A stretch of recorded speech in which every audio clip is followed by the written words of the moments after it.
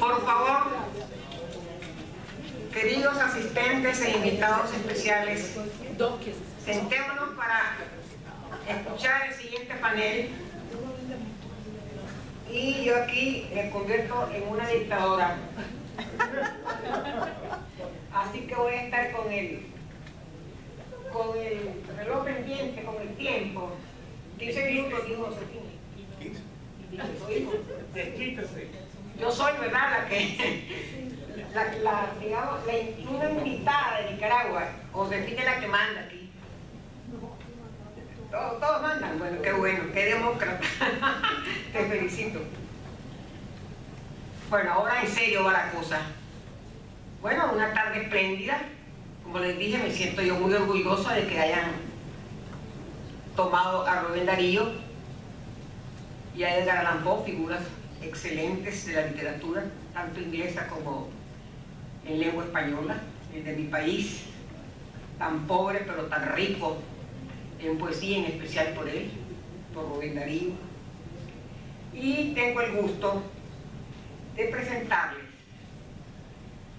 a este señor, que debe ser muy conocido por ustedes, porque esta cara que se presenta en televisión, me imagino que debe ser como un actor de cine, o de esos cantantes como, bueno, hay tantos que no se me viene ninguno a la memoria, pero bueno, le veo cara de actor. ¿Fue actor alguna vez cuando andaba muchacho?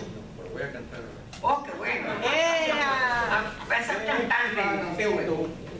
Se trata de nada menos que politólogo, periodista, don Julio Chirino, que tiene un máster de ciencias políticas, nada menos, de la Universidad Internacional de la Florida, International Florida State University, para que no crean que no sé inglés, sé algo.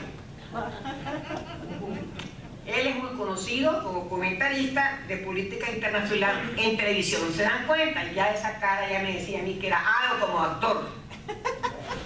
Y dirige una publicación digital. En estos tiempos modernos solo hablamos de digital. Todo viene con el dedo. No sé de dónde viene la palabra digital, pero por ahí debe de venir. Y se llama esta publicación Patria de Martí. De manera que tiene la palabra nuestro próximo cantante, politólogo y periodista Chirino.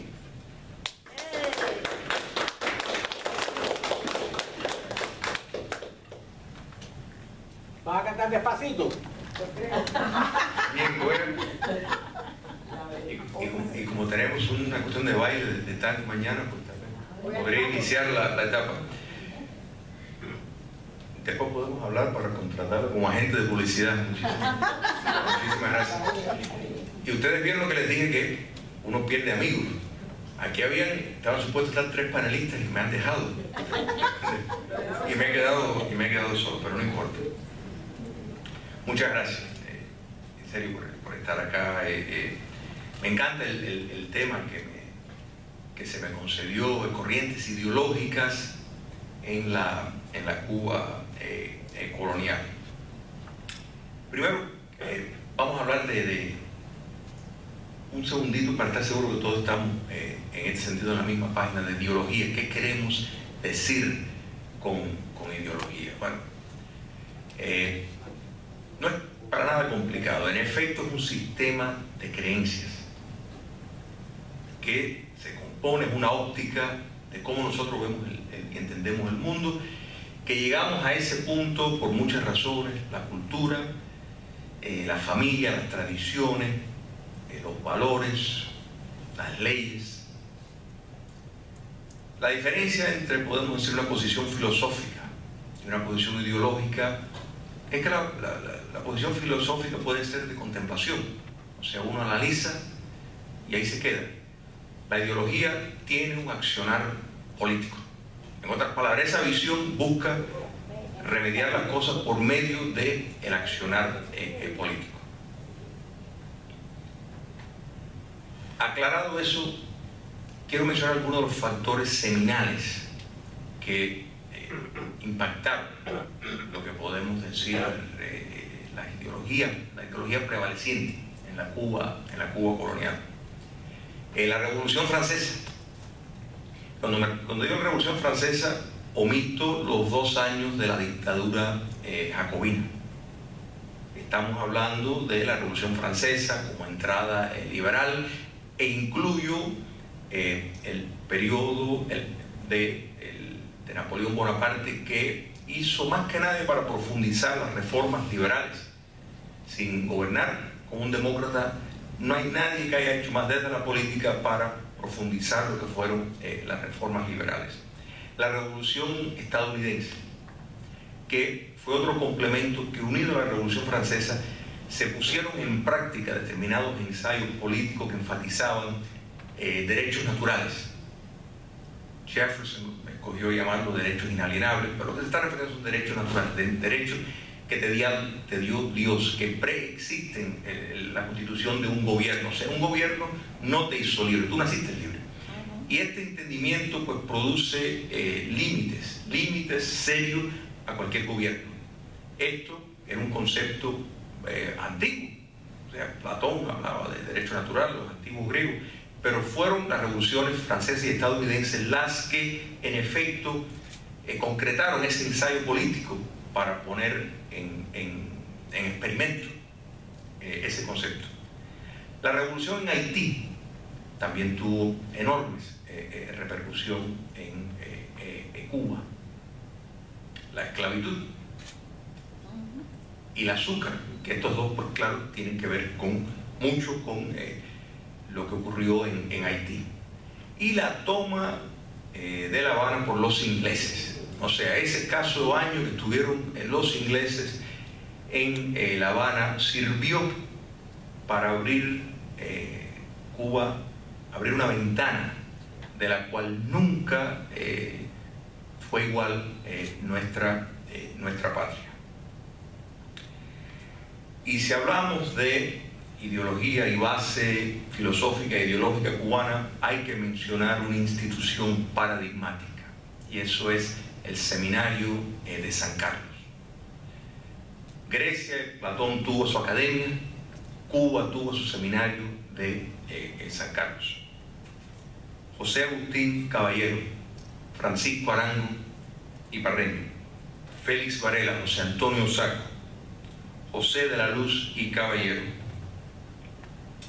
Rafael Mendívil, y todos sabemos el papel que Rafael Mendívil jugó en la vida de José Martí. O sea, aquí tenemos un linaje ideológico por medio de este centro de educación que en efecto forjó una clase intelectual de la cual alimentó la nacionalidad cubana, y podemos decir con certeza absoluta de que es la institución que más ha influido en la constitución de la nacionalidad cubana. Las principales corrientes ideológicas, para llamarlo de una forma, en este punto de la presentación y con apego a mi compromiso con mi nueva agente de publicidad. El anexionismo dominó la primera mitad del siglo XIX en Cuba. O sea, era una forma de buscar por medio de la anexión a los Estados Unidos no solo más que presentar una estrella en la bandera norteamericana, sino era una forma de preservar, al estilo tal vez de Texas, la estrella solitaria que era Cuba. Y había muchas razones por las cuales eso parecía favorable. Las relaciones comerciales con los Estados Unidos se iban profundizando más y más. Cada vez los Estados Unidos se convertían en el principal socio económico de Cuba, incluso por arriba de España. La experiencia en Haití asustó a muchos que pues en Cuba tenían esclavos, y vieron los Estados Unidos un mecanismo de estabilizar ese problema, y pues naturalmente recordando que todavía la Confederación del Sur en los Estados Unidos, pues la esclavitud era una institución legal. ¿Qué estuvo en contra de esta corriente? bueno, la guerra de los Estados Unidos con México. Eso pues alejó a muchos cubanos de ese pensamiento. La guerra civil estadounidense y en efecto la condición inconclusa para muchos que quedó el tema de la esclavitud. Y dentro de este fenómeno fue surgiendo un nacionalismo cada vez más potente, que alimentó lo que podemos decir la segunda corriente ideológica, y me refiero al autonomismo o reformismo, aunque podemos decir que son diferentes, pero bueno, para propósitos prácticos vamos a llamarlo el mismo. Esto dominó la segunda mitad del siglo XIX. El Pacto de Sanjón desanimó a muchos acerca del curso bélico para lograr la legalidad de la nación cubana, y muchos vieron en el autonomismo una forma de ir por vía de un gradualismo hacia una mayor autonomía, y que Cuba pues pudiera pertenecer de alguna forma a las naciones del mundo de una forma gradual, mirando hacia el ejemplo Gran Bretaña con las relaciones que tenían con sus colonias. El Partido Reformista de 1865 fue el primer partido per se formado en Cuba, y contaba netamente con esa visión del reformismo y no una ruptura radical con la madre patria. Lo que trabajó en contra de eso fueron muchas expectativas que no se cumplieron con el reformismo. O sea, España no cumplió a profundidad con sus promesas de autonomía. Fueron pocas, fueron insuficientes, y ya dentro de la concientización cubana estaba el deseo de ser una nación libre. Aparte del enorme costo de la guerra de los 10 años, pues fue para muchos un factor importantísimo, y que el tema, de nuevo, entre los factores que hablamos desde principios seminales, la esclavitud, el azúcar, todo esto formó un fenómeno en Cuba social, donde gran parte de los cubanos de descendencia africana pues apoyaban, y no solo apoyaban, militaban en la causa que buscaba para Cuba la libertad, y que en Cuba el azúcar, a diferencia del sistema de plantación que había por ejemplo en el sur de los Estados Unidos, en Cuba funcionaba completamente diferente. Había una integración mayor entre los blancos y los negros, que por ejemplo no existió en la Confederación del Sur de los Estados Unidos, al punto que de nuevo, incluso años después de la República, si miramos los Estados Unidos, Cuba tenía ya en el ejercicio una integración que en esta gran nación pues tomó hasta los años 60 para realmente poderlo ver. El movimiento independentista formalmente pues ya cobra vigencia con la guerra del 95, donde claramente tiene una formación nacionalista, donde pide y reclama una igualación racial, de integración, y habla de armonías de clase. Entonces, podemos realmente llamar y decir, bueno, son ideologías diferentes. Y yo me atrevo a decir que no. Más bien, el anexionismo, tal como en Cuba se llevó a cabo por sus principales proponentes, el autonomismo y el independentismo ya radical, era parte de la corriente separatista que encajaba dentro un modelo ideológico, y más bien lo que definían eran visiones de estrategias diferentes para alcanzar ese punto de llegada de la nación cubana. O sea, todos los anexionistas, los autonomistas, los independentistas, entraban en el marco del liberalismo. En otras palabras, un Estado de Derecho, gobierno republicano, límites al gobierno, armonía de clases. Y esto es fundamental, porque uno de los las mayores difamaciones históricas ha sido cómo la dictadura castrista ha querido tergiversar la realidad, algo que ellos pues son muy buenos en falsificar lo que ocurrió y pretender vender la noción que había, que todo esto es de darle una lectura de lucha de clases, totalmente falso e incierto.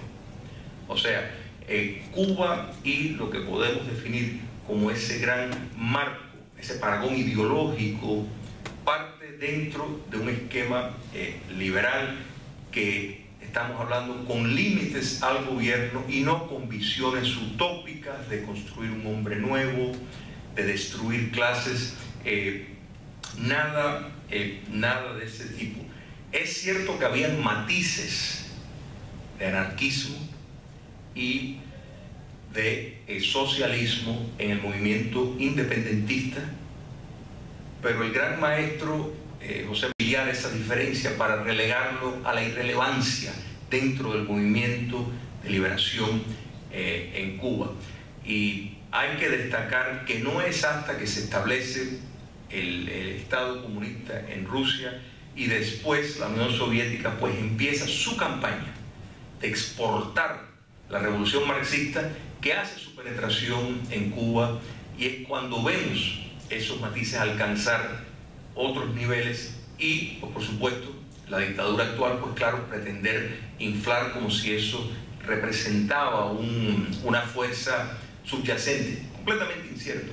Fue totalmente exportado desde afuera, introducido en Cuba como un mecanismo subversivo, pero es totalmente alejado de lo que podemos concluir que fue y es la ideología, si se fuera a llamar así, cubana. O sea, el separatismo tenía esa visión nacionalista, liberal, dentro de un marco de un Estado de Derecho, siguiendo patrones constitucionales con límites a los gobiernos. Prueba es los gobiernos en armas que hubo en Cuba.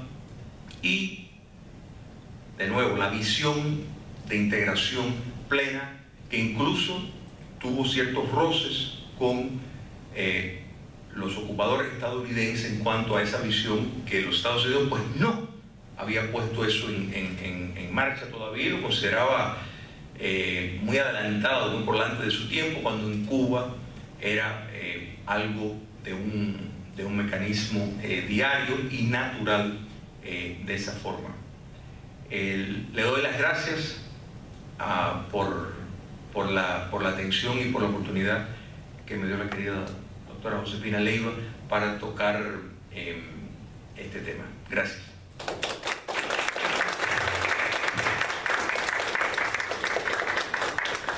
Lo felicito, no hubo necesidad de llamar la atención.